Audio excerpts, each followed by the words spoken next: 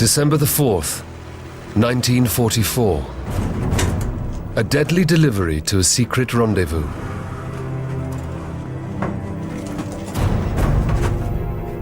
This is the start of a mission designed to change the war's outcome. Operation Caesar will prompt a unique underwater confrontation, a duel to the death between two submarines. I have control of the submarine. Action stations. Look for target. Herr Kapitän, Torpedo Laufgeräusch. Quer Steuerbord. It's a question of who makes the first mistake is the loser. Fire one. Hart Backbord. Auf 40 Meter gehen.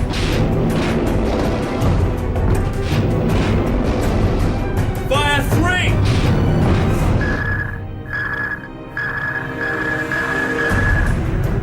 Today, a broken wreck could hold vital clues to the denouement of this battle of wits. There is the tragic part of this. You know that inside this metal coffin there are a significant number of people. Tonight, Time Watch tells the full story of Operation Caesar and the hunt for U864.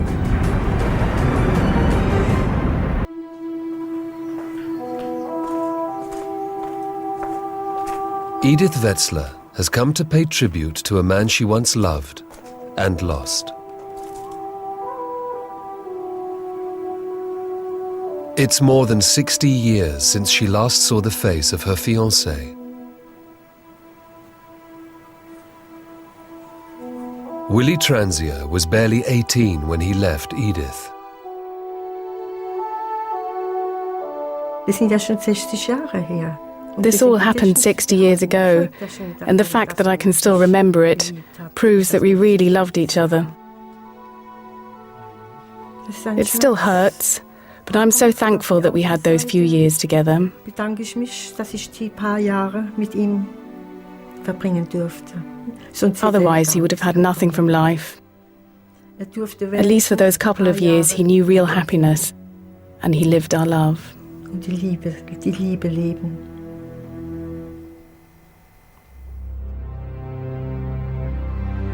Willy's other great love was the sea. In October 1942, he joined the German Navy as a volunteer. He worked his way up from personnel clerk and became a submarine mechanic. His first mission was on the U-boat U864.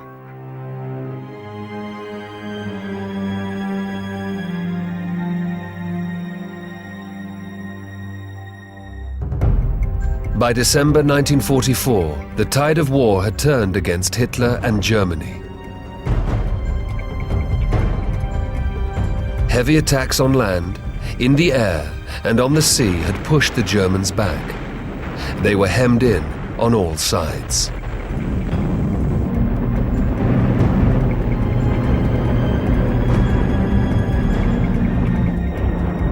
One of the last possible operational routes was through the North Sea.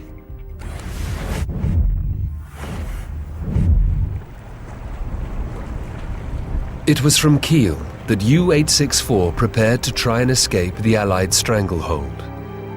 The commander in charge, Captain Ralph Reimer Wolfram, had limited experience. Life was short for submariners. In the 5th year of the war, the German Navy was running out of veterans. U864 was not just a normal U-boat. The 9D2 class boat was very large, almost 90 meters long, and capable of 20 knots. It had been filled with a secret cargo.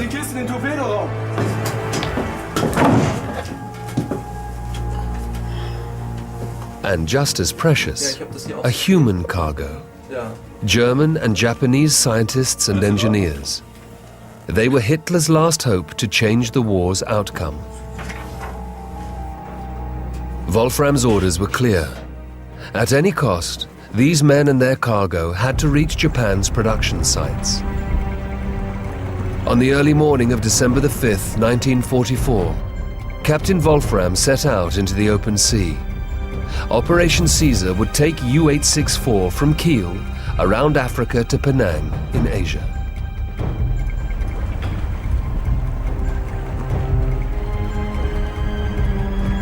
The men on board knew it would be a dangerous voyage.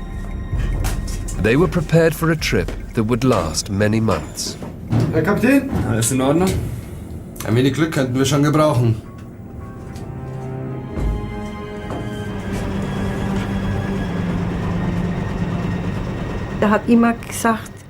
Billy said to me, "This mission is a mystery. Nobody knows where it's going or how it will end."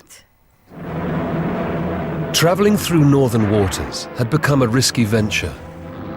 The Allies had seized command of the seas. The once successful wolf packs were becoming easy prey.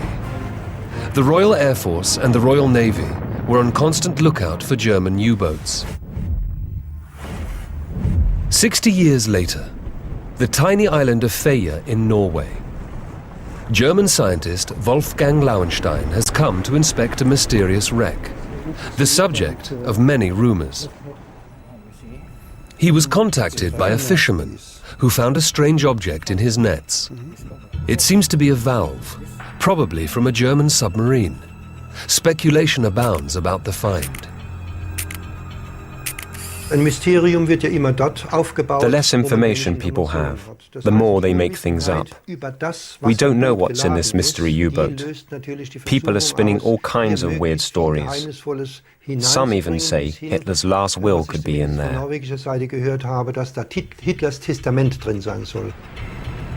But Lauenstein's research is founded on hard facts, like the record of the last radio message that was sent to U864. It's for a rendezvous with an escort ship near the lighthouse of Føya, a rendezvous U864 never made.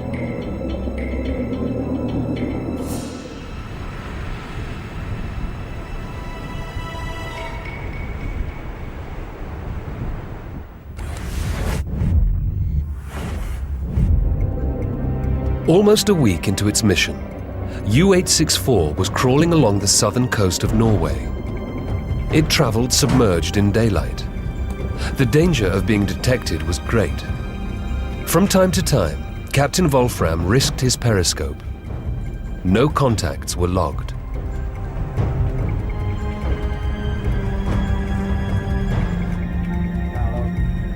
Leutnant, gehen Sie auf 40 Meter Tiefe. Halbe Kraft voraus.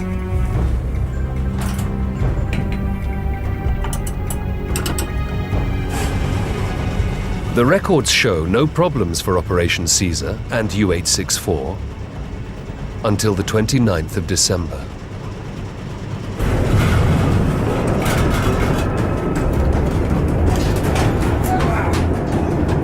Verdammt!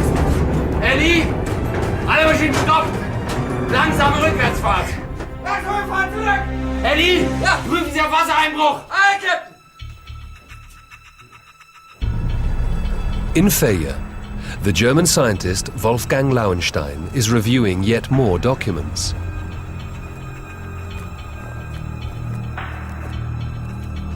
The archives have yielded previously lost details about the secret cargo of Operation Caesar.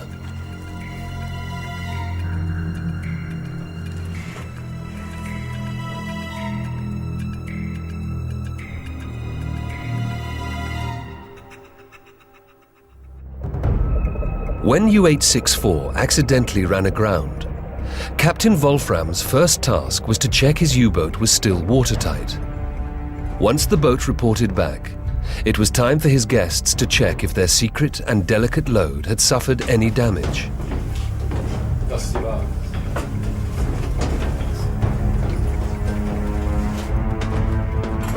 Inside the crates, wrapped in straw, the prize. Jet engines for the first successful jet fighters, developed by Junkers, BMW and Messerschmitt.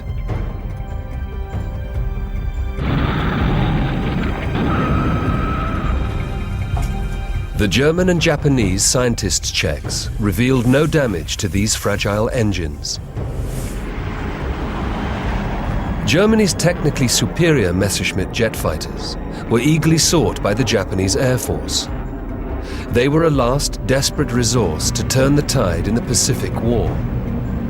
The Japanese High Command believed they could disrupt the American bombers and win back aerial supremacy.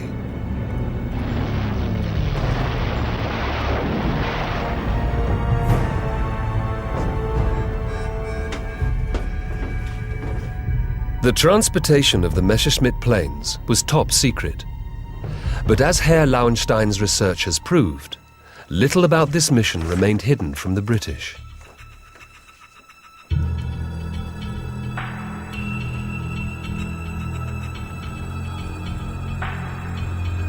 The codebreakers at Bletchley Park had seen to that.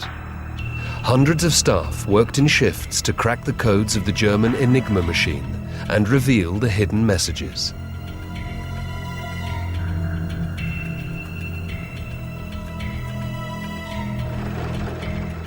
The British Ultra machines meant that almost all radio traffic was deciphered, especially the U-boat communications.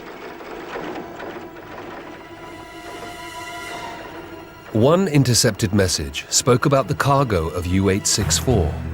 The British codebreakers discovered and reported every detail, even the names of the German and Japanese scientists, and the cover name of this secret mission, Operation Caesar. After the grounding, U864 put into the city of Bergen in Norway. The vessel was brought into dry dock inside the U-boat pen, Bruno.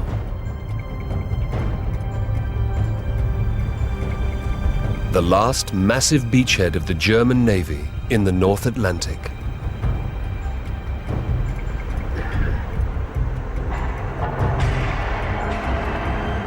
This stopover in Bergen was not on the original itinerary of U864. Drawing on their unexpected leave, the crew were allowed ashore. Captain Wolfram and his guests visited the officers' mess at Naval Headquarters in Bergen. The captain, his officers and guests all recorded their visit in the mess guest book. Wolfram wrote the motto of all German U-boat captains, "Heart of gold, clear horizon." Referring to his grounding, he wrote, "We were lucky again." This luck ended just hours later. British bombers launched a massive air raid on Bergen. Their target, the U-boat pen Bruno. One enormous bomb hit the reinforced concrete walls of bunker number 3. Inside lay U864. The crew of the U-boat had to extend their stay in Bergen for repairs.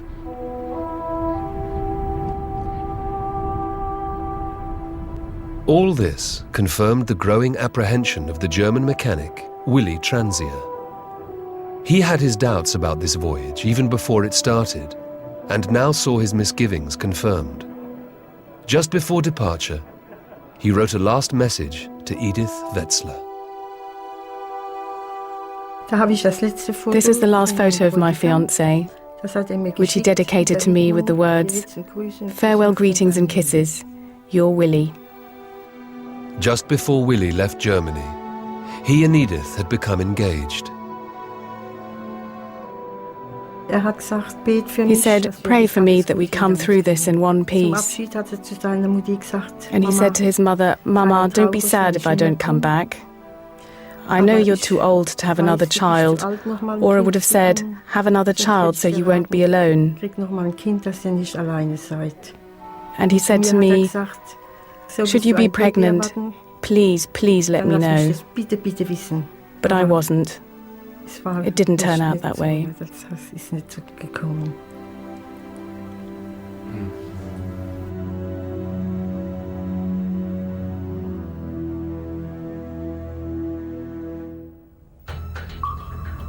The intercepted radio messages were forwarded to the submarine base in Lerwick, Shetlands, the home base for submarines like HMS Venturer.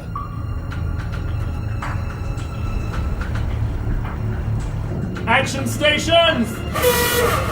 This 740-ton V-class submarine had already sunk 13 vessels in the North Sea and North Atlantic.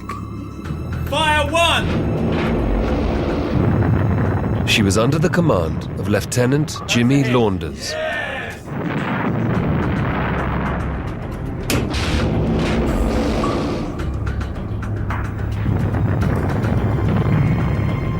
John Watson was navigating officer in HMS Ventura. We knew we were in a weapon, a war weapon, and it was one that we knew was very effective, beautifully built, and that our objective was to do the job and then get back alive. 25-year-old Lieutenant Jimmy Launders was a rising star among Royal Navy submarine commanders. Target range 2,500 yards. Able seaman Harry Plummer, the torpedo man, also has fond memories of his captain. Fire 1! Fire 1!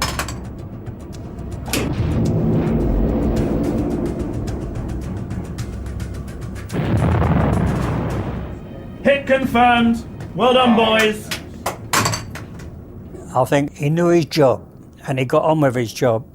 Nothing interfered. And we trusted him. We knew he was a good commander. And we'd have gone to the end of the earth with him because he was that good. The 11th Patrol of HMS Ventura saw her ordered to the island of Faya. The waters around this island were strategically important. German positions dotted the landscape to protect the area from Allied naval attack. Lying just off occupied territory, Aztec reports. this mission had brought them into the lion's den. We received a lot of depth charges in the course of the patrols, and we realised that it was a sort of rebate coming back again for what we done. In Faya, the Norwegian research vessel Geobay is ready to cast off.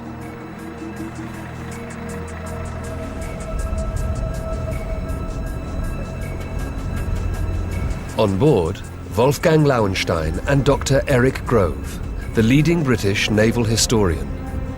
This trip will bring them to the site of the still unnamed wreck.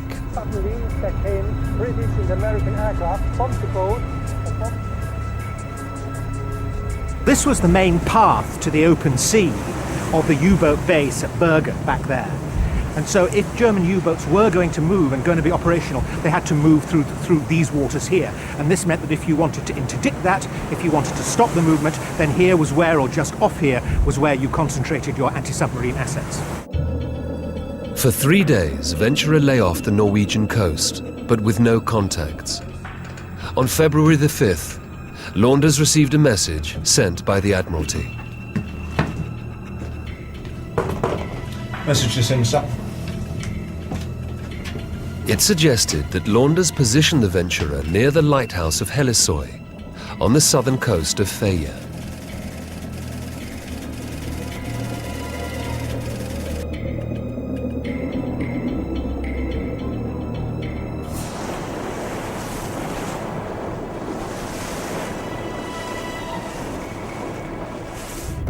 U864 had finally relaunched Operation Caesar and set out to continue her journey from Bergen. Her way out to the open sea would take her close by the island of Faya. The recently repaired engines were reporting no problems. Obermaschinist, ist alles in Ordnung? Alles bestens, Ali! The German crew didn't know that Ventura was so close and on the lookout. Up periscope.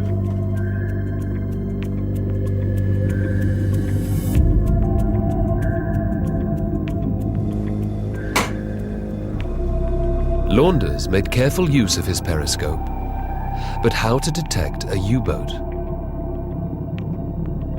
On the 6th of February, U864 passed this critical point undetected and continued its way north. Despite the messages and information from base, the search area was vast, thousands of square miles of ocean. Finding a submerged submarine would not prove an easy task for the venturer. By means of sonic waves, it was possible to locate other vessels, but the noise of this ASDIC could also give away their own position. To avoid alerting the Germans, Launders decided not to use the ASDIC sound waves, just to monitor the headset for the sounds of distant propellers.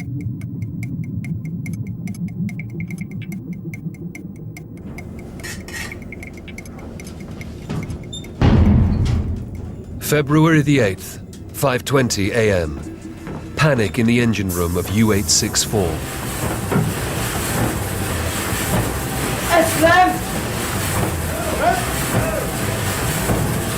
Willie and his fellow mechanics were called to try and repair the damage. But it was soon clear one of the engines had a serious problem. Wir haben ein Problem. Entweder mit dem Zylinder oder mit dem Kompressor. Kriegen das nicht auf.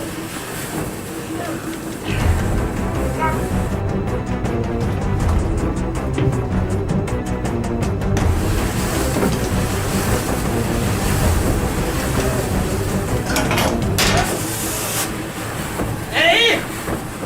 Komm mal hin! Der Steuerborddüse! Er ist ausgefallen! Wir können den hier nicht mehr reparieren! Kommandant an alle. Wir kehren sofort nach Bergen zurück, um Schäden zu reparieren. Kurs 135 Grad, Boot auf Seerohrtiefe halten. After radioing the bad news in to headquarters, Wolfram received an immediate answer. Kapitän, eine Nachricht. 1WO. Ja, Herr Kapitän. Die Eskorte erwartet uns am 10. Februar 4 Uhr morgens in Helisoy.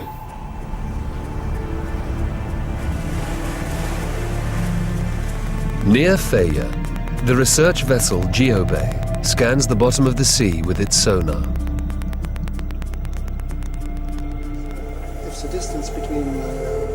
The first pictures of the seabed appear on the monitor in the control room.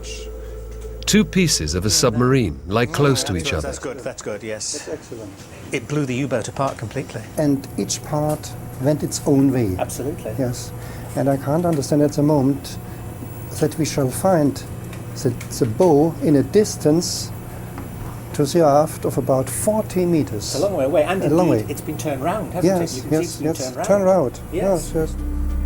The images reveal that one of the pieces of the hull is stuck nearly upright in the silt, 150 meters below the surface of the freezing water.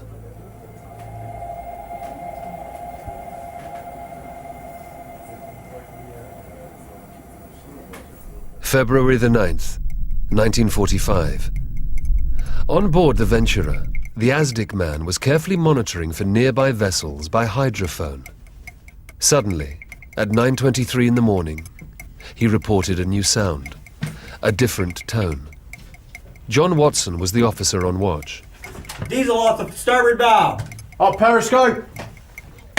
I could not see what was causing this noise.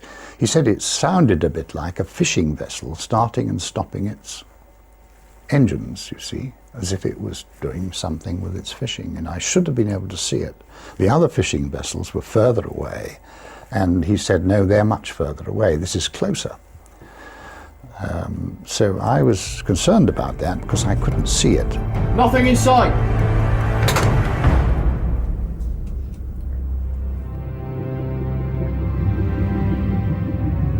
On his way back to Helisoy, Captain Wolfram was worrying about the engine noise. As he well knew, making noise underwater could be fatal. Ellie? Kapitän? Wie weit sind wir mit dem Generator zu hören? Sehr weit, Kapitän. Sehen Sie hier, das ist unsere Position und in diesem Umkreis sind wir zu hören. Again, Wolfram checked for the enemy and, above all, for his escort. It meant risking the periscope. John Watson's watch ended at 10 a.m. Lost contact, sir. His replacement was First Lieutenant Andy Chalmers. What's going on? Pursuing noise to the north, seeing every other Aztec contact. This one definitely suspicious. Very good, I have the watch. Up periscope. He noted that, but he had to keep a sharp eye on the fishing vessels that we were moving towards. And he also kept a sharp eye on the bearing where the noise had been.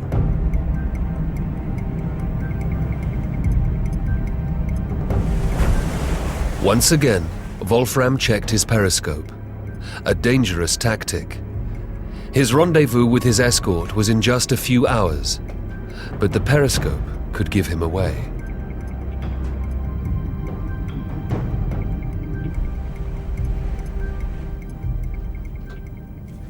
Nothing in sight. Aztec report. Regain contact. Green 10. Possible diesel engine. The noise started to get louder when he was on watch and started to travel across ahead of us. Up periscope. Look for the target. Briefly, in the distance, Chalmers sighted a thin mast. Mast in sight, bearing 340. Captain to the control room. Captain to the control room! Mast in sight, sir. Range 4,000 yards. I have control of the submarine. Action stations! Action stations! Action stations! Action stations! Aztec report. Contact. Possible diesel engine.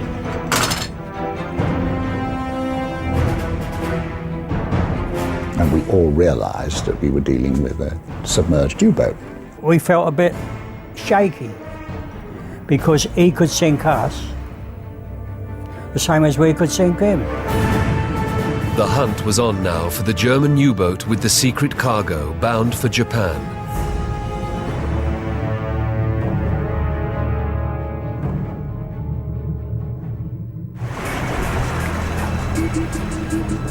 On board the Geobay, Lauenstein is discussing another item on the cargo list with the Norwegian crew.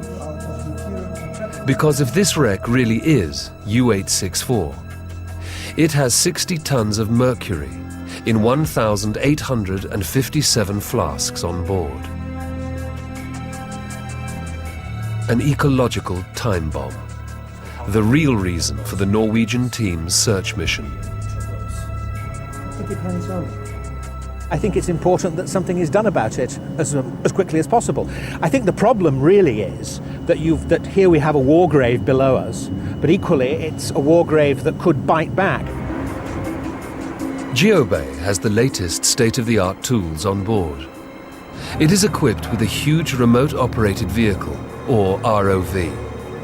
Its onboard cameras will help resolve the wreck's identity. Slowly, the ROV is lowered into the water and begins its 150-meter descent towards the wreck. The scientists monitor the screens in the control room.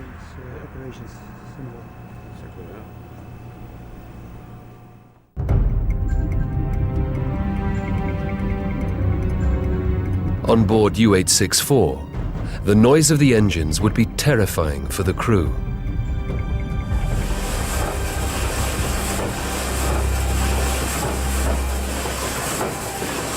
Even the scientists on board couldn't fail to notice that something had to be wrong. Das hört doch nicht in Ordnung hier. Bitte bleiben Sie in Ihrer Kabine. Es gibt keinen Grund zur Aufregung. But Wolfram himself knew this was not so. On his shoulders rested the lives of 73 men.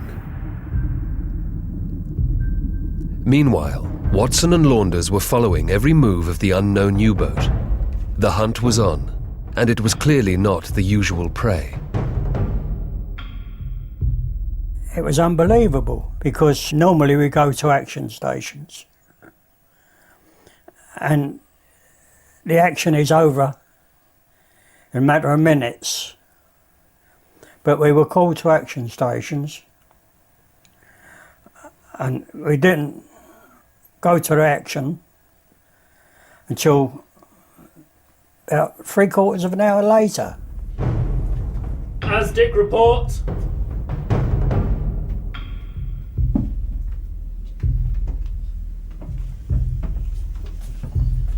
Altering course.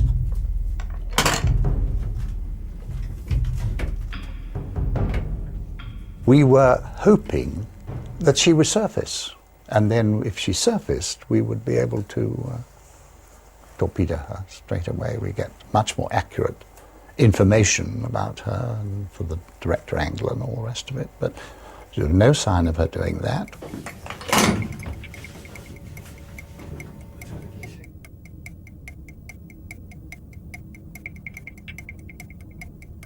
ASDIC report.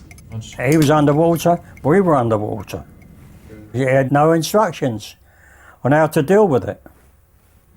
Target in sight, bearing 060, range 1,000 yards.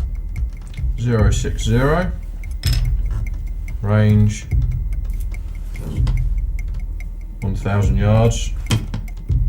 Starboard 15, steer 140. ASDIC. Altering course, possible zigzagging. We soon realised after quite a half an hour that he was actually zigzagging. It came up straight away on the plot. Up periscope, look for target. The next problem was to work out what the zigzag was. You know, which were the short legs and which were the long legs. We knew that the chances were he was probably zigzagging on a complicated pattern. They told us that he was very nervous of us, of the chances of there being a British U-boat, a British submarine there. Moving in a straight line would get Wolfram back to Bergen faster, but it would also make his path predictable. Leutnant, 40 Grad, Backbord. With no escort, Captain Wolfram's only hope was to be a moving target. All he could do was change course as often as possible.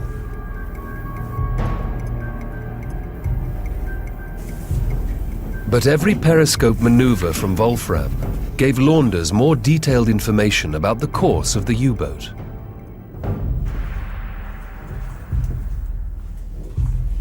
One mast sighted, bearing 091. If we ever saw anything of his periscope, not his radio mast, but his periscope, he had a chance to see us.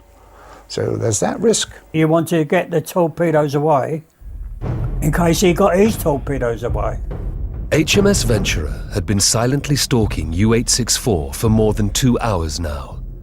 With only 4 torpedo tubes to the German sub's 6, her only advantage was that U864 might not know that it had company.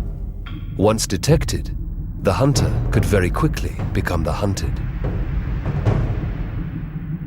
Every time he turned, and when he turned away, if you like, there's a little bit of tension in the control room, because in the ideal position for him to fire back at us. Launders set to work. Through a combination of estimates of distance and course, based on the ASDIC operator's trained ear and periodic periscope sightings, he calculated the German U-boat's path. It was the fact that he had a mathematical brain, and he was able to take in all the information very, very quickly and process it and then make his decision. And it was very obvious sitting at the table with him that his mind was going all the time and thinking about the problems of attacking and what he would do, and of course he discussed a lot of this with us. Never before had a submerged U-boat been torpedoed. But that's exactly what Launders had in mind. The problem was, he was forced to fire blind. Launders' solution was to try to predict the next move of the German U-boat. Attention! Intend altering to firing course. Port 15, steer 097. Once he decided that he felt confident that he knew what she was going to do next, then we moved away to attack. If his calculations and estimates were right, Launder's torpedoes would sink the U-boat. If he missed, then Wolfram had 22 torpedoes at his disposal. Four ends closed up at action stations. Stand by. 1, 2, 3 and 4 tubes. Open bow.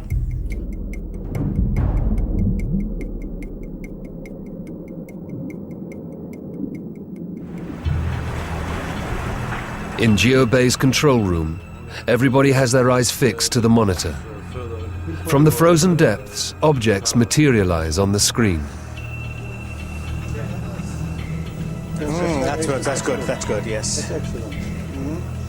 Slowly, the silhouette of a submarine becomes clear.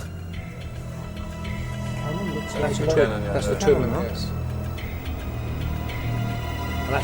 That's heavy caliber. That's a 20mm gun, I think. Yes, that thing, yeah, that's right, yeah, 20mm, I think. It seems very likely that this is the wreck of U864. And the gun on the forecastle, yes, there we are. Seems to have corroded quite badly. Or else it's marine life on it, is it? And then, final confirmation.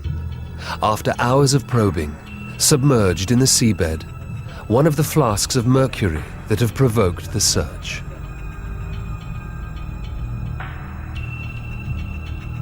It is carefully raised to the surface. Scientists also take samples of the seawater and the sediment nearby and under the wreck.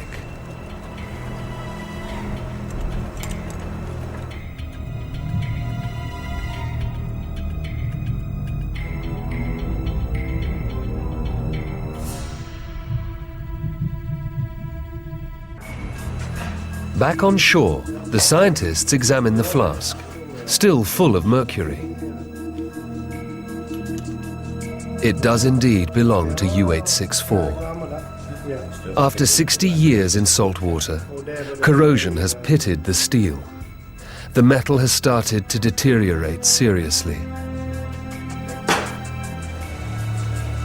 The water and sediment samples are alarming. The contamination with mercury is far above safe levels. U864 has left a deadly legacy. On board the Venturer, Jimmy Launders has brought the boat into attack position. It's 12:12 on February the 9th, 1945. 1 and 2 tube bow caps open.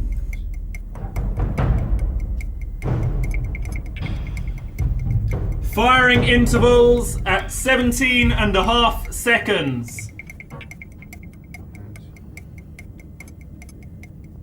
Fire 1! Fire 1! Fire 1! The torpedo will take 2 minutes to reach its moving target. He's been dodging possible unseen enemies for hours, but only now are Captain Wolfram's worst fears realized. Kapitän! Herr Kapitän, unbekanntes Schraubengeräusch. Das Wind und Steuerbord, ca. 120 Grad. Kopfhörer.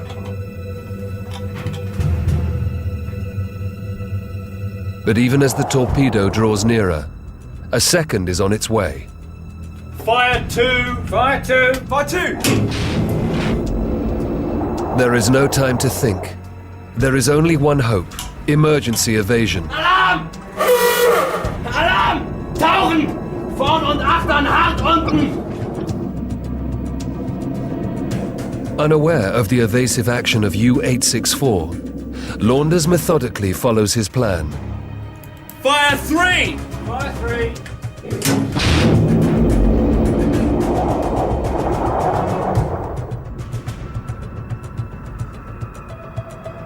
Kapitän!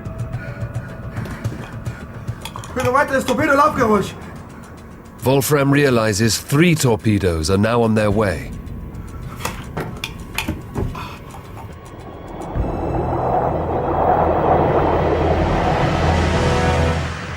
The Mark 8 2-star torpedoes were very noisy. We were certain that he would turn away as soon as we fired. If he didn't hear, had no idea we were there and didn't hear them, they would hit him.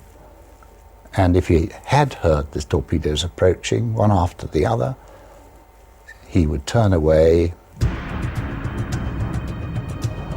The first torpedo misses its target. Torpedo hat uns irgendwo aus passiert. Läuft ab. Wolfram and his crew seem lucky again. 5-4! 5-4! As Ventura fires her fourth and last torpedo, Captain Launders orders the sub to dive.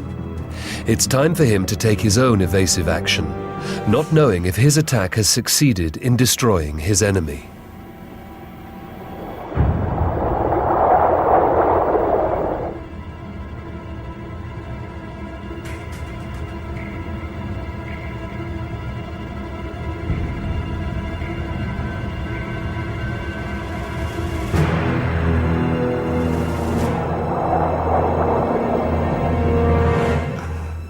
"13 minutes past 12, the Azdik of U864 suddenly hears the fourth torpedo coming.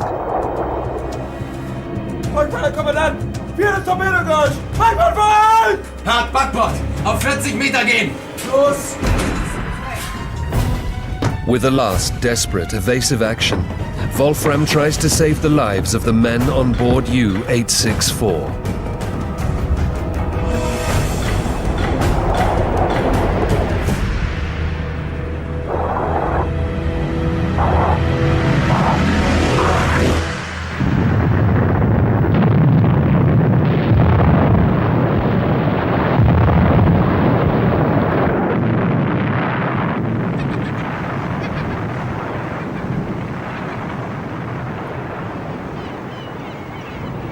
Aged just 12, Christopher Carlson was the only eyewitness to this incident. Then I saw a U-boat out there. There was an explosion, a pretty high jet of water and smoke. And then we saw the U-boat sinking down, quietly and peacefully.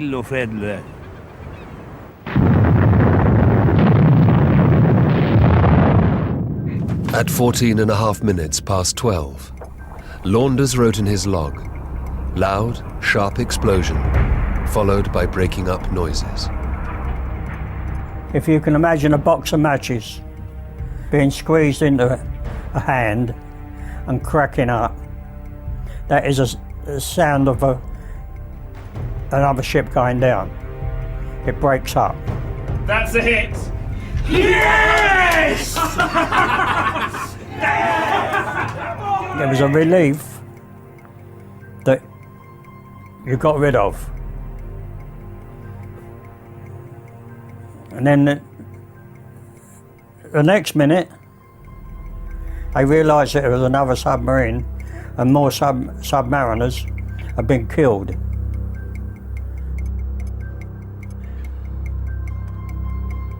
Do we recognise another submariner? Doesn't matter where he come from. We take our hats off to him. They were all in the same boats as us. So we realised that it was nothing to be jubilant about. Only for the minute, gone.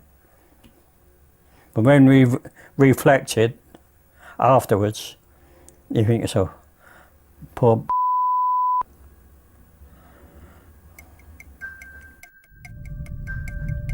The last moments of U864 had been the subject of conjecture for John Watson and the Ventura crew for 60 years. We were all certain right from the beginning that it was the fourth, last torpedo that hit him. The first thing you do if you hear torpedoes coming at you, you turn away and you go deep. So I would expect to find the after hydroplanes set to dive, and if they were set to dive, then the chances are very high that he was actually turning away as well. The mission to investigate the still deadly cargo of U864 has finally resolved this.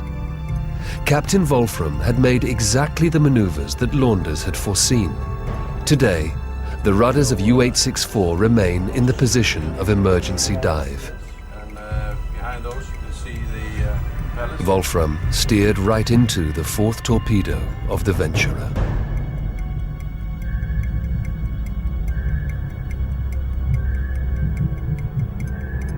With this hit, Launders was far ahead of his time. What's so impressive about it, I think, is that he used his technology in a novel kind of way. He just used his sonar to listen for the submarine. He used a combination of sonar and visual observations to track the submarine. He showed enormous patience, and what he was effectively inventing was the kind of anti-submarine warfare which came to the fore in the post-war period. After this encounter, Venturer returned to home base in the Shetlands. Her 11th patrol was a resounding success. Well done, men. Thank you, sir. Gentlemen, the King. The King! The fear of U864 and its cargo of jet fighters reaching Japan was resolved. Jimmy Launders was called to Buckingham Palace and awarded a bar to his Distinguished Service Order. He died in 1988. John Watson was mentioned in dispatches. After World War II ended, he left the Royal Navy and made a career as a geologist for the oil industry. Torpedo man Harry Plummer was also mentioned in dispatches. Today, he lives near London. The remains of U864 form one of the greatest ecological disasters in the North Sea. The soil is contaminated. Fishing is now prohibited. The Norwegian government is considering how best to seal the wreck site hermetically. U864 is also the grave of Willy Transia, fiancé of Edith Wetzler. At the U-boat memorial in Heikendorf near Kiel, his name is all that remains to remind Edith of her lost love. When I go to bed at night, I take the picture and place it next to my pillow and dream about the fact that at least he's found peace.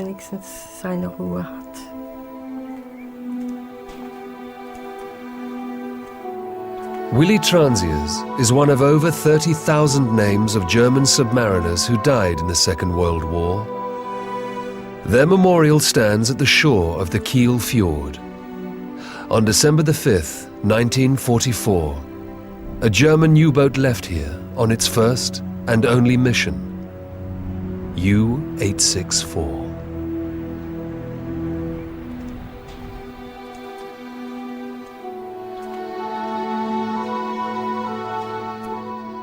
Unravelling the mystery behind the controversial raid on Amiens jail in France known as Operation Jericho.